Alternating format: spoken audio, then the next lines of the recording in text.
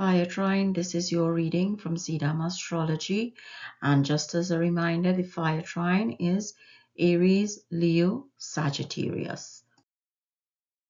Okay, Fire Trine, let's see if you will get the same choices that came up for the Air and Earth Trine for January 2023. And as I said, just a reminder, Aries, Leo, and Sagittarius, this is your reading. And here we have in the past row the tree, the bear, and the book. And what is this story in the past for you, Fire Trine? It's telling you that whatever roots or research you completed or initiated in the past with leadership, your future may be secured and prosperous. But you may still have some doubts about certain actions that you took, but the future will unravel the secrets for you to adjust a new approach. No book is associated with the money tree so that finances can be impacted, but in a positive manner. The tree cards speak to longevity and future, so time will tell for you and your finances. And you've been very protective about the secrets that you hold in this book, or the roots that you wanted to plant, or the research that you wanted to do. And you've been protective about your work, you know, but your heart was where you really wanted the research and the roots to take hold of. But the secrets impacted you financially, because this is the grimoire we are speaking about, where there are secrets that nobody wants anybody to know about. They want to hoard it, they want to keep it close to their chest, because this is what you were doing, and you were very protective about these secrets, about what you were doing and what you wanted to do. But you did your research, and there are deep roots in your past in regards to your financial position. So let's see what the present is going to bring for you. And the present has ship, anchor, and sun. And this is all about change being forced upon you. Travel may be necessary to ensure stability, but courage to accept changes will benefit you in the long term. The roots knighted by the sun here brings the illumination into focus, which tells you that you have an ally. It's a positive and good fortune with this ally, because the sun illuminates all that is good, all that is bad, but you would know what to let go and what to hold on to. And here, you're seeing the gentleman there putting the lady to rest, a young couple, but he has accepted that change is coming, change has arrived, and he has to make some decisions. And let us see what the fourth or the future is going to bring for you. And here we have the garden, the rider, and the coffin. So, Fire Trine, the future challenges you to deal with change. It continues from the present situation and the past, and it tells you that you have to accept that change will be forced upon you. You need to network and mingle rather than isolate yourself, so that the change could be handled as it should. The coffin tells you that something needs to be removed or come to an end itself in your life, that there's something that's not doing you good, that you need to remove it. It has to come to an end. Is it self-doubt? The garden speaks about socialization. It speaks about spending time with yourself, but with others. You can be isolated, but you need to also mingle with others. It's a garden. You need to play. You need to take the nature, take time to smell the roses. The rider is all about messages coming to you very quickly, and it could affect the issues that you have to deal with in terms of letting go or bringing an end to something. And from the present, it tells you that the change is there. It will be forced upon you, so that but it benefits you in the long term. And the first row tells you that you have to adjust it in your approach, because your secrets are going to come out. It's deep rooted, but it's going to come out because you are taking that travel. And in travel, you know, you have to submit documents, you might have to give documents to travel, so that secrets will be coming out. The sun here will be illuminating travel, you know, and the book here is going to be knighting the rider, which is messages, and these messages are coming out quickly. You know, it's coming out very quickly because this guy is on a horse flying through the sky, not even riding on the ground. He's flying through the sky to bring those messages for you. So that this book, whatever secrets you held in the past, it's going to be revealed and very swiftly. And that might help you make that decision to end what you have to end or remove what you have to remove. And let's see if the cards of the deities will give us some. And here we have Yemaya, awakening. And this card tells us that, you know, you are looking here like you are giving birth to something new.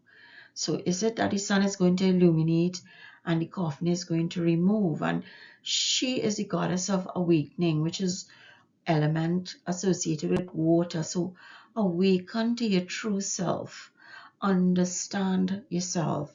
Yemaya is a goddess of comfort and inspiration.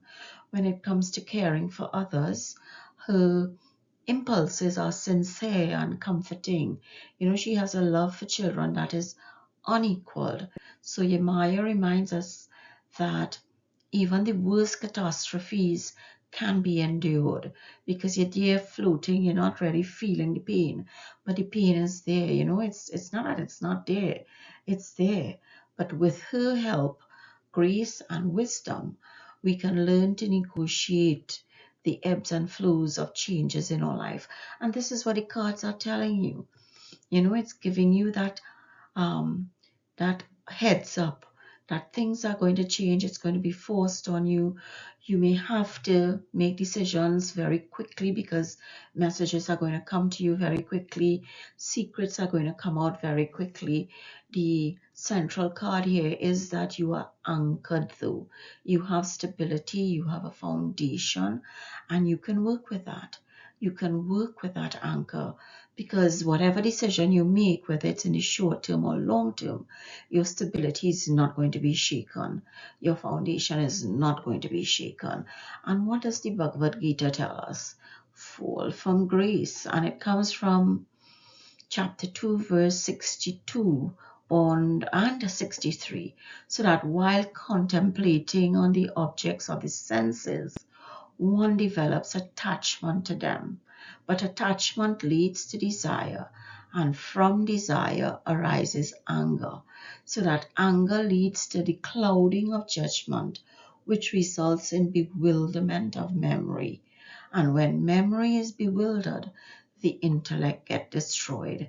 And when the intellect is destroyed, one is ruined. So this is where we fall from grace. So that here we recognize that we are a little bit isolated, we are a little bit not networking, but messages are coming, secrets are going to be revealed. We have our roots grounded, it's all around us. We have done our research, and the roots here, it's knighted um, to the messenger who is bringing those messages for us. And this messenger is also knighted in the secrets that are coming out. We are very protective of what we have to remove or what needs to be taken out of our lives, but it's a decision that we'll have to take because then it's fall from grace. We are giving the diseases or the manners, the rogue in the Hindi um, mythology. We are considering them because anger, greed, lust are considered in the Vedic scriptures as rogue or diseases, you know, of the mind. And we are all aware of the diseases of the body, you know. Even if a single bodily ailment has the power to make you wholly miserable, but we do not realize that we are being continuously tormented by multiple mental ailments. And since these ailments, we do not recognize them as anger, as lust, as greed, as mistrust, then We do not try to cure them. So that we have to look at probably psychology, speaking to a counselor, because that is the branch of human knowledge that attempts to analyze these ailments and propose solutions to them. Because when the intellect is clouded, as I said before, it leads to bewilderment of memory, and the person forgets what is right and wrong and flows along with a surge of emotions. So that protective behavior you have about what you need to remove is telling you that it's an emotional thing, because you know what it is. You know the answer to your dilemma, you know the answer to your distress, but you are just being pushed by emotions here, by your protective instinct. This bear is knighting the coffin and telling you to be protective of what you know you have to remove or take away from your life.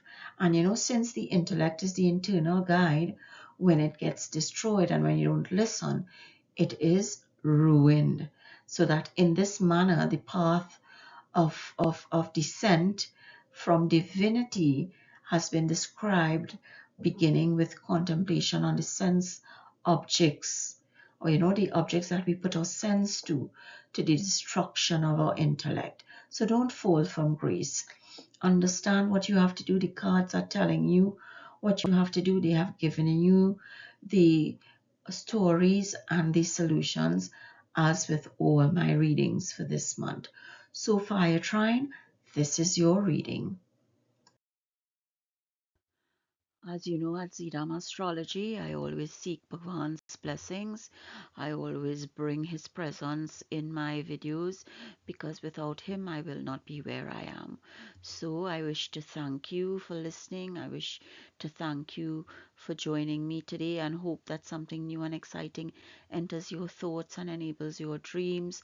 Be safe, happy, and healthy until we meet again.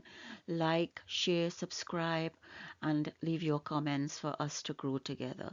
See you next time. Bye.